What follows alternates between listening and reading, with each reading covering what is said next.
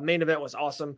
But let's go with stock options. We've been doing this after every pretty good fight night, and we'll definitely do it after this pay-per-view. So we'll do Elle Dawson. I actually did it myself too, but Elle, ladies first. We're going to do stock options, guys, going right now. Who do you want to put more stocking going forward? Who do we want to hold our stock? And if you had any stock in this fighter, who do you want to sell it? All of it right now. We're going to go. We always start positive and work our way down. So Elle Dawson, my question with stock options on UFC Perth is, what stock are you buying more in from UFC Perth? You're buying more on Carlos Ulberg. Okay. Ulberg. I don't know why I say his name like that. I always want to say Ulberg. Carlos Ulberg. You buy more on him. And you do it now because the likeliness of him getting a title shot in the next 6 to 8 months are very, very high. And I absolutely think he's a guy who can be a contender for the title. He's very complete. He's very dangerous, and he's very exciting. I think he's going to be a fan favorite at that point when he's in title contention, if he isn't already. So I definitely think you're buying on him. I totally agree. My stock unbuying is Carlos Ulberg as well. Yeah, I think he fights for the championship. You ready for this one? I'm even calling my date, Elle.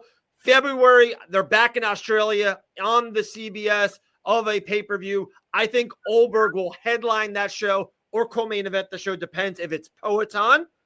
They'll headline. If it's Ankalaev, I think they'll probably maybe co-main event and Volkanovski will fight Murphy or Aljamain Sterling. I have a second stock option that I think people need to buy. Ooh. That is... I like this. I'm going to butcher his name. Brando Perichik.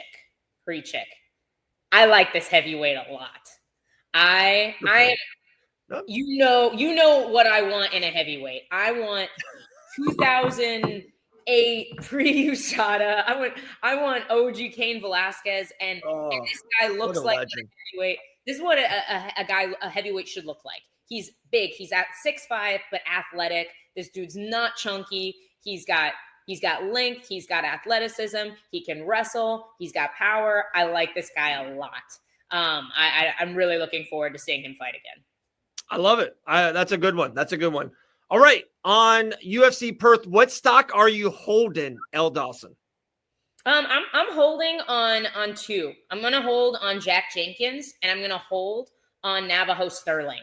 I think Jenkins, to be honest, I don't know if Jack Jenkins will ever fight for a title, but I do think he is going to do very well. And I can see him still evolving his game.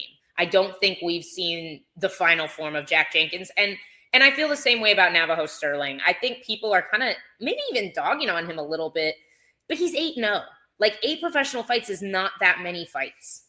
And Bellato has a lot of experience. I don't think Bellato is going to make a title run either, but I definitely think at 8-0, he fought a guy with a lot of experience and showed a lot of great qualities. And I think he's just getting started. And I think we'll see him develop a lot as well. I like that. You might be surprised on this one. I'm holding stock on this classy veteran. I'm holding stock on a future UFC Hall of Famer, Mr. Third Round, they might say, Neil Magny. You got to hold. You can't sell on this, man. I don't want to buy more stock on the future UFC Hall of Famer. I'm holding. I think it's perfect. Am I wrong on that? No, I think that's fair. I guess my question is, where do you see it going? Because I think Neil Magny will always be here where he is, where he will be guys. But you hold a stock because you think it's going to go up in the future. You don't hold a stock because you think it's going to stay exactly the same. Actually, I disagree with that. Imagine if you bet on Neil Magny every single time, we'd be rich. He wins all the time, Elle. He's won more fights in the welterweight than anyone in the world. Fair enough. No, all right. I'm on board. I think that's a good hold. What stock are we selling from UFC Perth? Is it a guy in the main event? Is it someone on earlier? What stock, Elle, are you selling? This might be my bias speaking, but I'm not selling stock on Dominic Reyes. I like him too much. Maybe this is just a poor decision on my part. Bro, I'm dumping everything I've ever had on Jamie Mullarkey. I like Jamie Mullarkey as a person, but dude, Jamie Mullarkey, he's going to get knocked out by all the good fighters that he fights. The dude got knocked out by Nasrat Haqparast, who doesn't knock out anybody. And then once a year, they're going to get him a win on UFC Perth, fighting a guy that's on his way. It is what was Bedoya was 1-3 or something in the UFC, or maybe worse than that. I can't remember. And so I'm selling on Jamie Mullarkey. I think we've seen what we're going to see from Jamie Mullarkey. Okay. Well, the stock that I'm selling from that same fight, I'm selling my stock on Jake Matthews. I got to sell. I thought this guy could be a top 15 guy. I thought he could. Really? You don't think I'm selling it.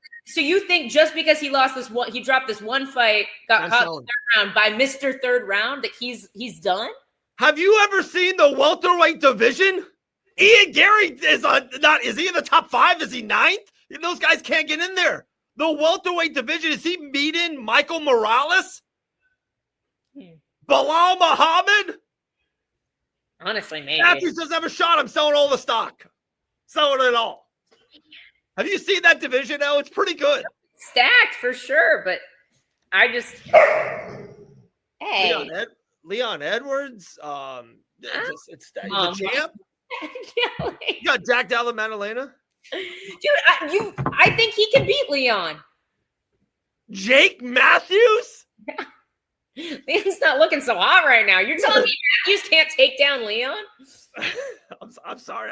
I'll settle down. I don't know why. I'm kind of shocked. I think there's guys on this card that are not going to win another fight. I'm selling everything. Matthews? Yeah, I think he'll come back and do well again.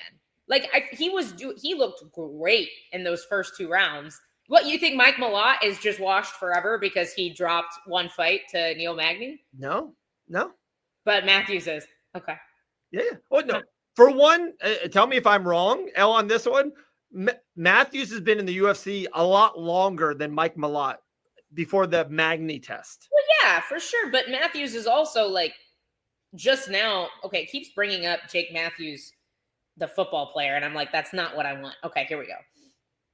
I mean, he's 31 though. He's just entering his prime. He's made huge progress. Like, you're like, well, he's been in the UFC longer. It's like, yeah, but he's just now like finding his stride, and he's like 31 is not old in this sport. I'm not saying he's old. I'm just selling my stock. That guy has no shot in the UFC welterweight division. You're getting magnied in the 3rd round.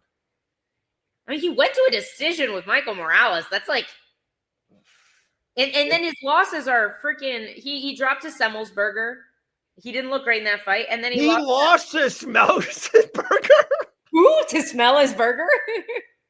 The Last Jedi? No, he didn't look great in that fight. He lost to Sean Brady. That's a bad loss. Jake Matthews. I'm sorry. We are the most respectful show on this. I'm selling all the stock. Jake Matthews' mom is selling stock. All right, guys, this is over. Over.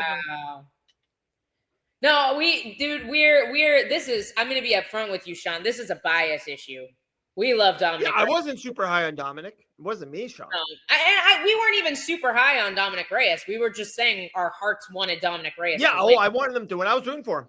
What would have happened? Yeah. So, maybe go back and rewatch that show, Sean. I'm just kidding. But my bias is what's keeping me holding on Dominic Reyes. I'm still, he had already won by first round. So what do you? That was weird.